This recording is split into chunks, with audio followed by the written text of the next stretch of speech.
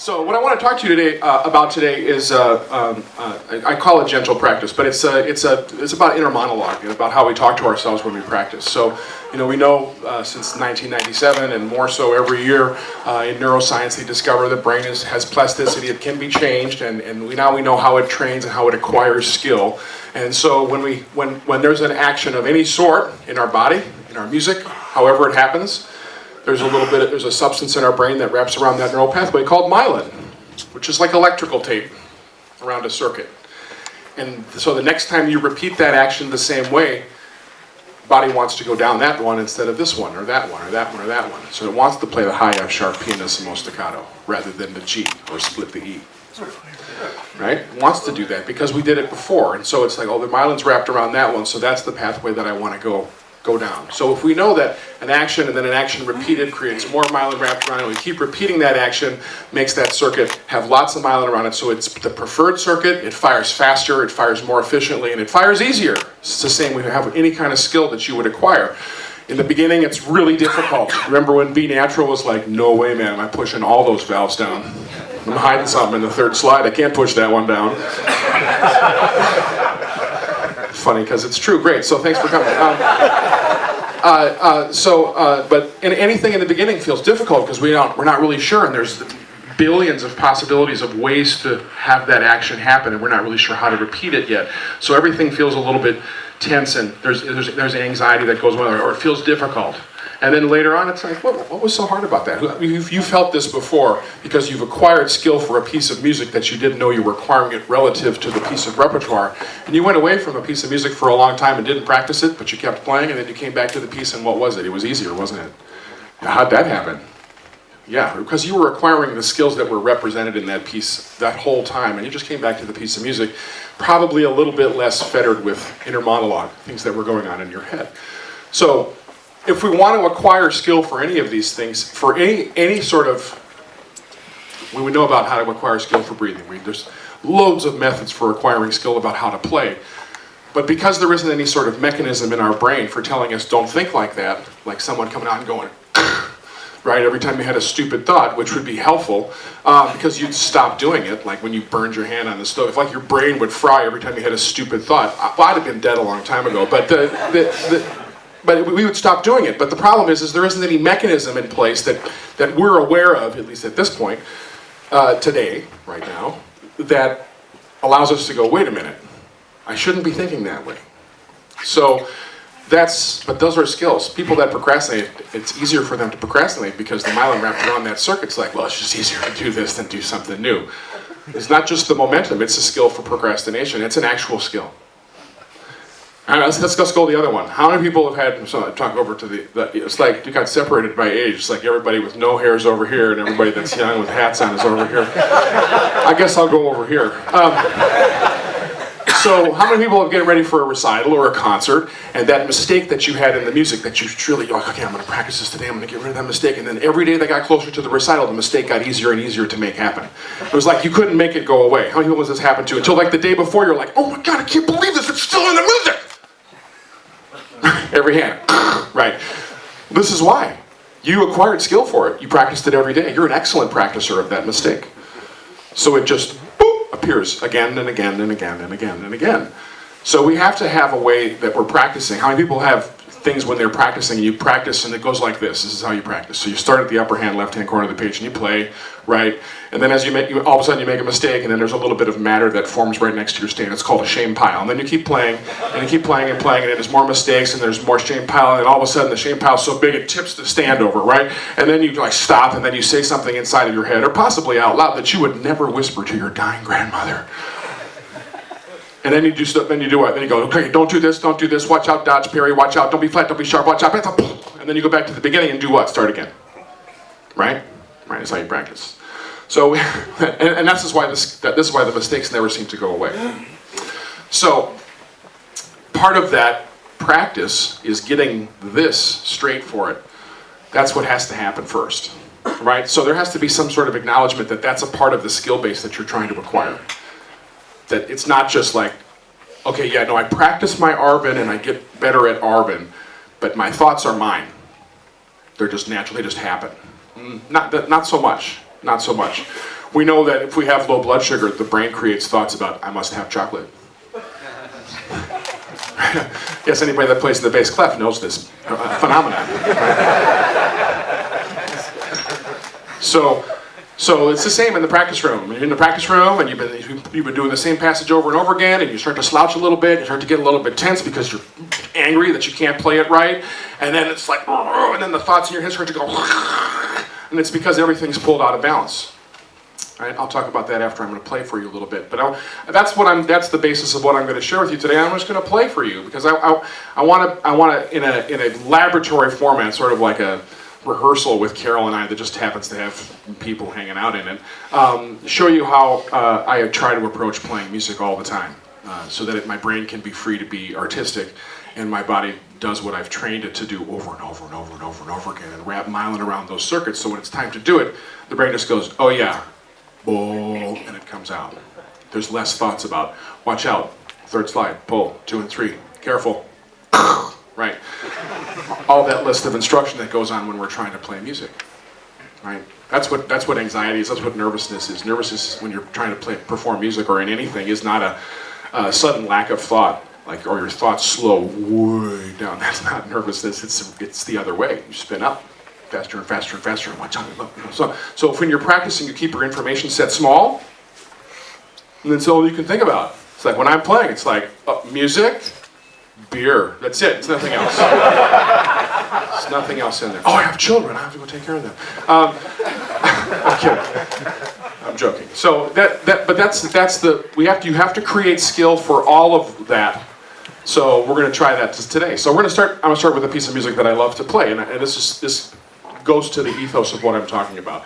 So I come to music lots of times through connection and through family and through friends. So I was in Finland playing a concert at the Alexa Brass Week, and Michel Baquet, the great French trombonist, was there, and I played a piece of music that Carol and I are going to play a little bit later, and he came up afterward and handed me this piece of music. It was awesome, and he's like, and he meant it from his heart. He's like, oh, he heard me play the Brahms, and he's like, I really want you to have this music. You really need to play this.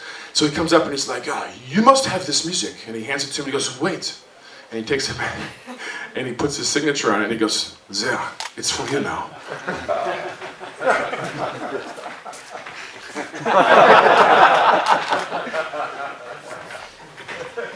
Anyway, it was one of those moments of two artists exchanging an idea about, like, I love this piece of music, you should play this piece of music.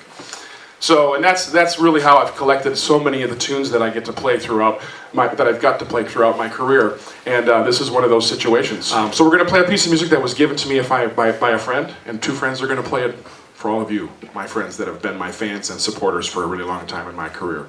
This is by Axel Jorgensen, a Danish composer. He wrote it in 1916, originally for the trombone. It's called Romance.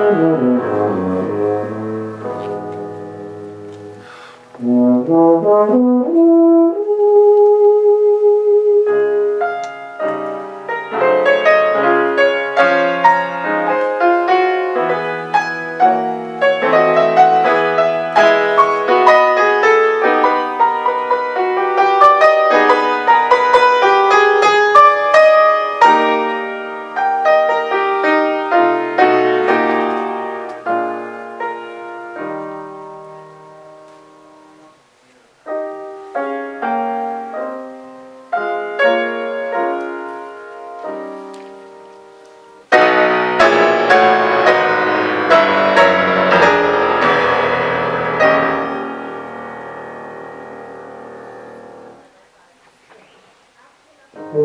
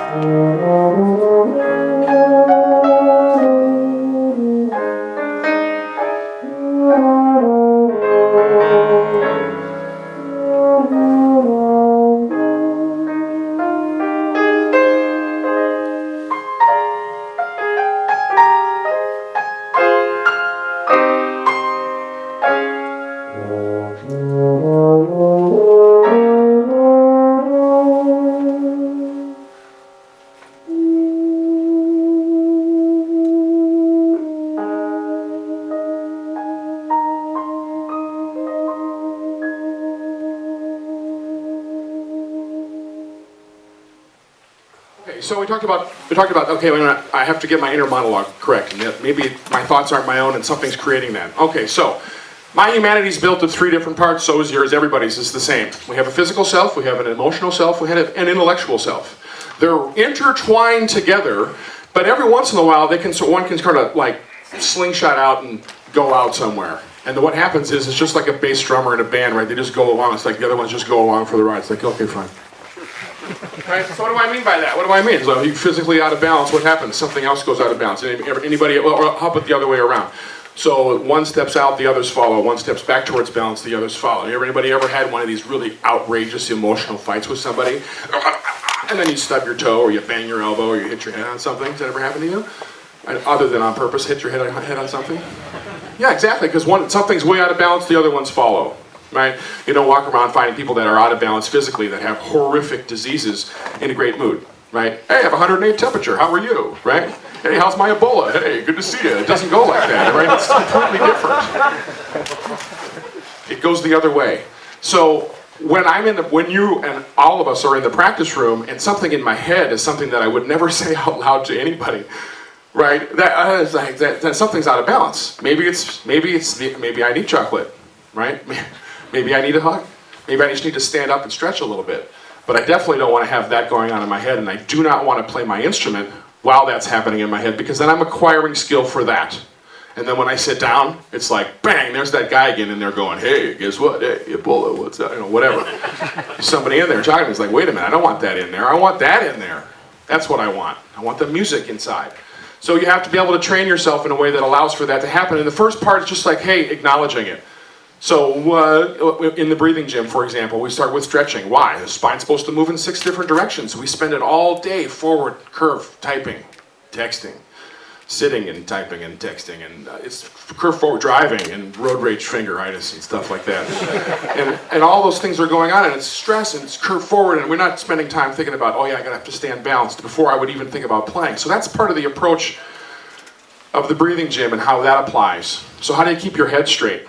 Okay, so when you're in the practice room, it's like, even if you went to the Paris Conservatory and you get what they get, which is 4 private hours a week with their teacher, 1 private lesson an hour, 1 with a pianist working on repertoire, and then 2 as a group lesson. So 4 contact hours with the teacher a week, we get 1. And that's normal everywhere. That's completely normal. So who's the teacher that's teaching you the most? It's you when you're in the practice room. So you have to be this great, phenomenal, inspirational teacher to yourself. And most of the time, you're acting in your head like somebody that you would drop a class from, right? Or, file for something. Because of who that person is in your head. And you're acquiring skill for it every time you let it go down. Every time you let it happen. So, the first part is awareness. Okay, simple exercise. right? Simple exercise. You should all do it today. And then maybe we can, if we meet in the hallway tomorrow, we can talk about it. I want you to spend some time reflecting and just make 2 columns of words. And the A column is every awesome teacher that you ever had. And write down a word about what made them awesome. Funny, plaid jacket, great haircut, green glasses, stuff like that. All those great qualities about your teachers. It doesn't have to be a music teacher. It could be a teacher of anything. It doesn't have to be in a formal setting, right? It could be anything. Anybody that taught you something, write down what made them a great teacher, why you would go back to them and ask for advice, or listen to them, or think about what they said and try to apply it to your own life. Think about those people. Those are awesome teachers. And make a list of what's awesome. On the B list, it's the opposite. Every teacher who you ever had homicidal thoughts about. Not the names, but qualities about them that made you not want to be a part of what they were selling. And make a bad list, right? Why? To create some awareness, first of all. Number 1, it's not to create any kind of blame or assign any finger pointing at all. It's to help you create awareness, because what you're creating for yourself is your list. So here's my list. I got an A list and a B list. I have it with me all the time. It's always in the center of my music. And on my list are things like, on the A list, love, flow, movable, the glass is full, focuses on the solution, letting it happen, patience, those types of things. On my B list, my bad list, when I'm being bad to myself, I have things like fear, that would seem normal. Tension, yeah, that seems normal. Focuses on the problem, that seems like the right thing to do. It's not. Perfection and execution, that's what everybody in School of Music is trying to do. I'm trying to play perfect for my jury. Yeah, but isn't music about communication and meaning? Right? That's the real thing we're supposed to be thinking about. So make a list, make an A list, make a B list, keep it in your music all the time. I have my students usually try to laminate it so it's a little bit bigger and it sticks out a little bit. And then when you practice, just like this. Whoops, and then here's the stuff. Here's the good stuff. When the practice session's going great, I'm here. And when it's going bad, I'm over here. So when I notice like that I'm ready to put my fist through the wall, or what I'm saying in my head I would never say in front of my children, I look over here and go, oh wow, there I am! And go, okay, stop. And then try to get back to this behavior. So at the beginning it's about awareness. You have to create that awareness. That has to go down first. So that you get some balance to the ability to at least stop the emotional imbalance to going somewhere else and create. It's like I don't need to rap skill for being all when I'm playing my music, because that creates problems.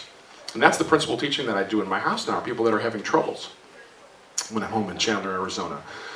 And everybody has the same kind of issues about separation of church and state. Really, it's like music and stress. Oh no, stress is nothing. No, it's no big deal. I know she's divorced and she worked her way through the bass section before she married my best friend, the bass trombone player. But I'm not talking about myself, by the way. But it's not, that has nothing to do with the fact that I can't play my instrument anymore. It's like, what are you talking about, man? It's like it's completely related. So the number 1 thing is having some sort of idea about that this is going on, right? So you're like, well, Pat, it sounds like all milk and cookies. You're supposed to go into practice room and be all like, It's like, what are you kidding me? Like all this School of Music students, it's like nothing but angst and fury. Can you believe this? Right? I was there. I did it until they threw me out. So we have to have a place where you have to create some awareness. That's what the list is for. Then you keep it in there. Then the rest is on you. You have to have enough character to know when you're being all crazy to like, okay, I shouldn't be doing this. Right? For me, making sure with somebody that comes to me with trouble, it's about sending, it's like, okay, you have to stop this. So we create the list of awareness. As soon as the thing like, ding, I'm over there, and it's like, I didn't even pick up my horn yet. It's like, that's right, get out. Go get some balance in your life. Here's what happens to college freshmen all the time, unless they stay home and live at home for the first year of school. But most of the time, here's what happens to college freshmen, which is why they're all stressed out. Because they're emotionally out of balance. Why? Because the number 1 physical thing in their life goes away. Mom and dad. No more hugs, no more kisses, no more like, pat you on the head, hey, it's gonna be okay, hey, it's all right. No, on your own, get out, see ya, goodbye. And so there they are, 18 years old, wandering around going, oh, mommy, in their heads, and they're trying to figure out, it's like, no, I gotta play this, I gotta play my jury. And I'm like, no, you need a hug, dude, that's what you need, and a cookie, nice big warm one with chocolate chips melted, yeah. Right? That's what needs to happen. You need to get yourself back into some emotional balance. That's why college freshmen are always sick at Thanksgiving. Always sick. Why? Because they miss mom and dad. Their physical balance in their life went away, and it was connected to the emotional center of it. It goes away. So they're a mess, and they figure out how to get their balance, and by the time they come back to their sophomore year, it's pretty good. And that's why all juniors in college are mouthy, because they finally get it, and it's like, okay, I got it. I got you too, buddy. And it's like, no, you don't. But this is the process. So it's one of those things you have to remember. Right? How about one of these other pieces of awareness that we forget about? How many people have passed their sophomore year of ear training in music school? But gone past it. That's right. Good. So do you remember halfway through your sophomore year when you were in ear training, and all of a sudden you went into a lesson with your professor and you're like, I'm so sorry, I practiced all week and I'm getting worse. I just can't believe it. It's awful. Do you remember this? Every sophomore goes through the same thing. I taught college for 7 years. Every single sophomore I ever taught, they come in halfway through the year like, oh my God, I'm getting worse. I'm so sorry. I should just go and shoot myself goodbye. And I say, see ya, if they play the euphonium. Anyway, so...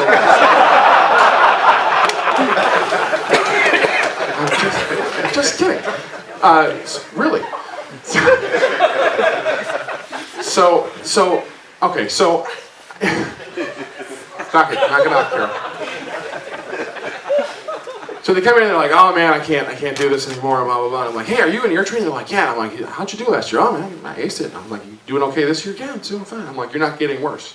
No, I am. And I'm like, oh, okay, thanks for taking my 25 years of experience and stomping it under your foot and reminding me that I can't hear you, okay? And the kid's like, what? And I'm like, no, seriously. And they're like, no, I'm getting worse. Listen. And I'm like, I've been here since you started.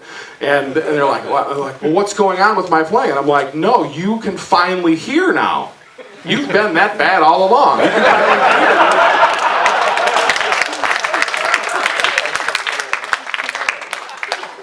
You're just becoming aware of what's been going on. That's it. It happens to every sophomore. Why? Because you get awareness training. What's the awareness training? Ear training. That's it. All of a sudden you're like, oh man, this is terrible. It has to do with the fact that you're becoming aware. And so this is simple with sophomores, just to remind them. It's like, no. You're on a nice logical progression. Nothing is going backwards. You're just hearing where we are. And that's a nice little reminder for them. But you're going to get some skills, from some awareness. So you have to have some practice with it. So this is the same with this list. You have to have some awareness of what's going on in your head. And when it's bad and it's negative, put the horn down and get away. Get out of the room. Walk around the block. Go outside. Have a nice little, take your dog out for a walk. No kicking. Right? Hang out. Hang out. Go outside. Why outside? My eyes naturally go back and forth when you walk outside. Naturally. Not like a typewriter. Bing, ding, ding, ding, ding. But they naturally spend 50% of the time in the spatial sphere over here and 50% of the time over here. And what that does to the brain is bilaterally stimulates your brain. It brings your limbic state, which is the emotional state, the crocodile brain, that one, out of its craze and puts everything back into balance. Right? The principle of EMDR, eye movement desensitization and reprocessing, a form of psychotherapy, utilizes this with a light bar going back and forth. They teach people on a jury box that are going to be in front of a jury, that are going to testify, to put their hands and go back and forth like this very slowly, or find a corner in the room and have their eyes very slowly go back and forth, because it keeps your brain out of its limbic state, unemotional. It's less emotional. It's more balanced. Get it? So we have to have practice for this. Okay, so then when it's time to put it into play, that's where all the other training allows for the proper thinking to happen. That's why every day you train in a dojo. Every day breathing gym, every day stretch, every day, for me, brass gym. And violin, play the whole back of the book from chapter 4 to the end. And lots of roshus, down loud and low, 2 octaves. Yeah, I love brass. And then maybe some repertoire in the day. But that training I have to do every single day. What does that do for me? Well, it reminds me that all I'm doing when I'm playing, in a practical sense, is this. And it makes me practice it over and over and over and over and over and over again. It was almost like Family Guy there for a second. And that's what I need to have happen, so that when I sit down to play and I look at the music and I'm hearing in my head, I'm not sitting there going, watch out, lick your lips, careful, pull the slide, spit, is it spit out? Is Ben Pierce in the room? You know, any of that kind of stuff.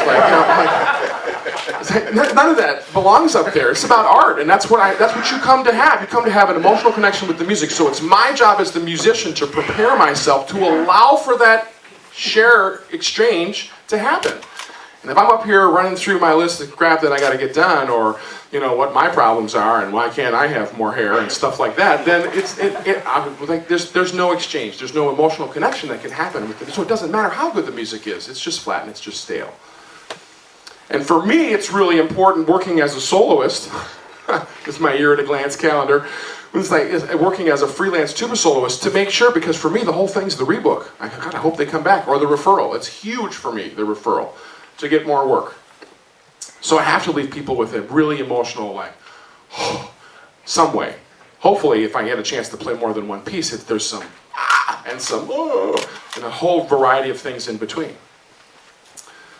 So I have to, for sure, make sure that when I'm in that place that I can become an actor. I can't be all when I'm doing it. I can't play really emotional music if I have some sort of emotional investment in it that's going to make me lose it when I'm playing.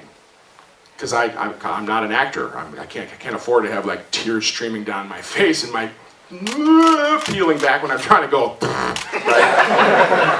It doesn't work that way. So there's certain kinds of music or certain types of dedications or certain types of situations where it's like, hey man, if I'm not emotionally ready to be able to stay balanced when I'm talking about the music and then share it through my playing, then it's not time for that. So it dictates programming, even, in a lot of ways. So make your list. Think about it. Keep refining it. Keep it in your folder. And then when you're practicing, you have to have that part of it too. You have to notice if it's flat or sharp. You have to notice if it's late or early. You have to notice if it's the best possible tone you could make for that. But you also have to notice your brain. Because while you're doing that, if your brain is always in this other pathway of or whatever it is, then you're marrying the two together and wrapping skill for that. So that's why I practice super slow when I practice music. It's 2-minute waltz. To get the exact how I want it to go, super slow. So for example, when I was in the Marine Band, and then I got a chance to play Flight of the Bumblebee, and then Steve Bowler arranged it, and I got a chance to do it. And I was like, oh man, now I have to learn it.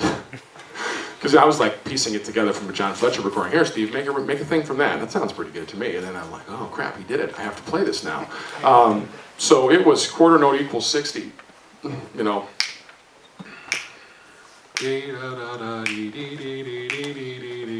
After 10 weeks.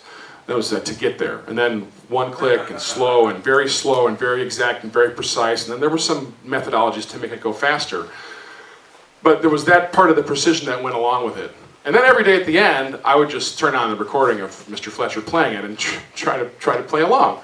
You know, I was like, oh, wow, I can't tell it. But I would just like fake it and hope I would make it. And something about bacon and had a place where I would play. So we'll talk about that after we play some music for you. But an idea where you would, there's also a part of your music approach that's not just about like, well, what's my brain thinking, but the part that I like so much talking about. When I'm on an airplane and somebody goes, hey, what do you do for a living? And I'm like, hey, what do you do for a living? Because I'm in first class if I get bumped up on one of the other airlines, if I'm not on Southwest. And I'm always dressed way worse than this. You know, it's like tuba love under my shirt and like bass clef is cool on the hat. And this guy's got a suit worth more than my house. Right? So he's looking at me like, what kind of bass clef Phil? How did you get up here? So they always want to know, like, hey man, what do you do? You like going to a software company? No, I'm a tuba. How you doing? But I always think it's really interesting when people work that don't work in the arts and what they say, what they do for a living. It's always the same. They either work in a place, like a building, or they work in a field. I work in accounting. I work at the hospital. It's always the same. I work at or in, right? And then what do you do? And I always say it, and I always get this huge, like, sort of personal glee out of it when I say it to them, because they never get it. And they're like, well, what do you do? And instead of saying, I am a musician, I say, I play music. And I delight in the verb, play, truly. You work, buddy. I play. And I mean that. So there's a place for that as well every day.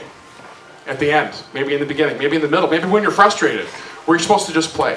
Like play whatever. Play for fun. Like, no rules, 0 rules. And sometimes then that kind of ethos can leak into a piece of music where it's like, hey man, this is just about making fun and hilarity and haha. So I played a concert a couple weeks ago and I played this waltz, and I had no idea that the president of the Chopin Society was sitting in the audience, and I'm going to play it for you like I played it then. Because I was like, you know, the word on the street is that Chopin would go to people's houses, and he was improvising on the piano, and there's a little dog going around chasing himself in circles, and I'm like, that's, you know, like the, you know, Cat Taco Bell, and he's like playing the minute waltz, and I'm like, that's not, because it's not a minute, it's 2. And so it had to be minute, can't be misspelled, nobody can play it that fast. And trust me, I put it in finale and tried it, and I was like, wow, you can't even hear the notes. Yeah, I'm that crazy. So I'm like, well, I know it's Chopin, all this stuff's so beautiful and gorgeous, and I was like, oh, but this is a dog running around by the, probably chewing on the leg of the piano, and all kinds of stuff. And I'm like, this is a hilarious piece of music. So that's what I brought to the music. I had no idea the guy was sitting in the audience. So I get down, and he comes up, and he has a very thick Polish accent, which I will not try.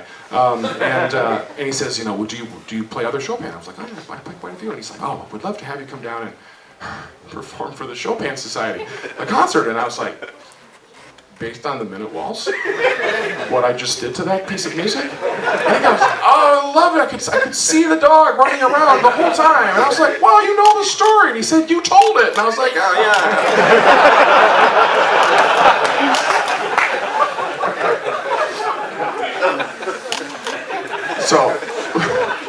So I hope you have a dog, and I hope you like this. It's vodka in a clear glass.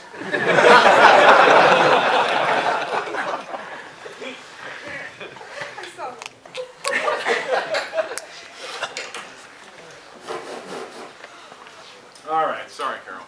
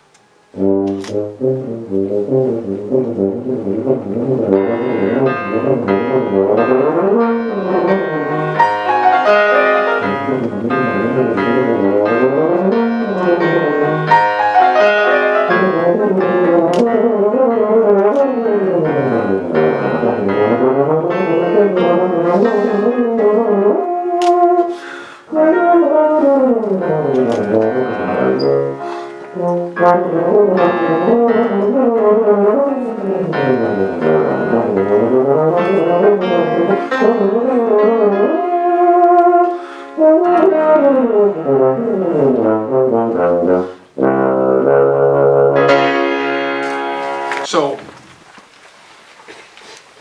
many of you have been to the clinics that I do where I talk about, I got to be relaxed when you play, and all the methodologies that are behind that. Today we learned a little bit about at least the beginning awareness of like, okay, I have to do this. Now, some people are like, okay, but I can only get 5 minutes at a time. Okay, well, let me explain to you college students what happens when you get out and you get a Starbucks gig, and then you start have a paper route, and they still do that, right? And you're working for UPS or whatever you're doing, and then you have kids. And then you're like, oh man, I can't never put an hour together. Okay, let me explain. Because my daughter's 14 years old. Since the day she turned there, when she showed up, it's half an hour in a row is a giant luxury. I mostly practice in 10-minute increments. That's mostly how it goes. And that's normal for me all the time now. I get lots of 10-minute increments all day long. Besides my big chunk in the morning when I get a chance to practice my basics, if I get a chance to do that. So you can add up lots of hours in the day by going small bits at a time. And if your head is not yet practiced to be able to sit for half an hour and be nice to you, then it has to start with small increments anyway. I'm like, I can't sit in there for more than 5 minutes before I'm like, rah! It's like, okay, great. And they come back a month later, man, it's still the same thing. I was like, have you seen anybody about this issue? You know, that's part of it's funny, part of it's serious. But so it has to be some balance. It has to be some way to get towards that. The great thing about breathing, Jim, that's a physical exercise that balances your body on a physical way, and then it brings everything along with it. If you've ever done 10, 15, 20 minutes of breathing, Jim, in a row, at the end of it, you're like, this is awesome. Every single time, and you're in a good mood, you're ready to play. And a lot of times it's like, man, I can't wait to get my horn out. Why? Because breathing in connection with that, any type of breathing raises the desire for whatever your intention is. So if it's like you're going to breathe on the way to a test, it's like, I can't wait to take the test. If you're going to breathe on the way to play a concert, it raises the desire for the intention. It's the same. They've been using it in yoga for thousands of years. It's like, okay, well, we do it better than anybody. So it's free, by the way, and it's great when you feel like, oh, because it's called happy hour. That's the way to get yourself back to the middle. So that's what I use. And I also use going for a walk. I get out of the room. If I really can't, it's like I'm standing up and going, and flopping over and giving myself a chance to like, okay, yeah, I was just like all like this for 10 minutes.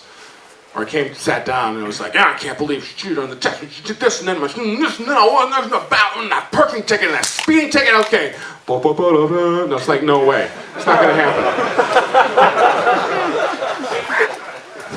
Either thing. Anyway, so that really is important. It's important if you want to have these types of ideas break out where it looks like what it appears. When Dr. Bowman plays the euphonium, it looks awesome, it looks so much fun. It is, he's having a great time. I am too. You ever seen Harry Waters play the trombone? It's like a laugh a minute. And he is the same. He's like Red Bull with skin. Hi Harry, wish you were here. So that's that part of it. So then the other side of it is that, okay, if you're going to get off of execution and perfection, then you have to get over to communication and meaning. So you got to play music that means something. You got to give it up for what it means. All right. So we're going to play two movements of a piece of music. I think there's enough time for that. That is my favorite piece of music to play ever. It's the 4 Serious Songs by Johannes Brahms, and I love the story behind it. Brahms had stopped composing for a little bit, then got inspired by a clarinet player, and then the clarinet trio came out, and the clarinet quintet came out. And he started to thought, I have some ideas about writing again. And what a lot of people don't know about Johannes Brahms is that he was great friends with the Schumanns, Robert Schumann and Clara Schumann. And then Robert Schumann went insane. He moved in to help out. And then he and Clara Schumann lived together for 40 years. His great friends. Lovers? I don't know. I wasn't there. But for sure, great friends. The greatest of friends. Living together and then watching Clara's husband die in an insane asylum. Right? So this like very close-knit relationship. Brahms is at the end of his life. People around him are starting to die. Clara Schumann has a stroke. His friend of more than 40 years laying in front of him, and he knows she's going to die. So he writes this piece of music he uses biblical text, and he's an atheist, which I think is very interesting. And he's trying to come to terms with his beliefs and his great affection for Luther's German translation of the Bible. Trying to put the two together. And then the whole emotional thing of like, my girl's laying there and she's not coming back. So this is great context for a piece of music. And it's great context here because there are a ton of people that have been involved with this conference that helped bring it to us that are no longer here. And there's more than 400,000 people out there that gave it up so that we could sit here listening to tuba music. So we're going to play the last two movements of Brahms' 4 Serious Songs. In this, the first one called O Toad, it's how it begins, O death, how bitter. Is there really a juxtaposition of this bitterness of death, like no way is this happening, and acceptance that it's happening. And then in the last movement, it's really a tone poem to love. And in Brahms' mind, even if it's unattainable, which was sort of everybody sort of thought, well, maybe they weren't lovers. Lived with her for 40 years. It's all about love. If I loved great, then I guess my life was okay. Even if it's, in his mind, unattainable, which the words say. So we're going to do this now. And I've played this with Carol before. It's an awesome piece of music, and you have to do nothing to it. All you have to do is print off the piano vocal score, which is all we're using, and read the notes. There's not one transposition of octave or anything. It's a perfect piece of music for low brass to play, and it has a great emotional connection.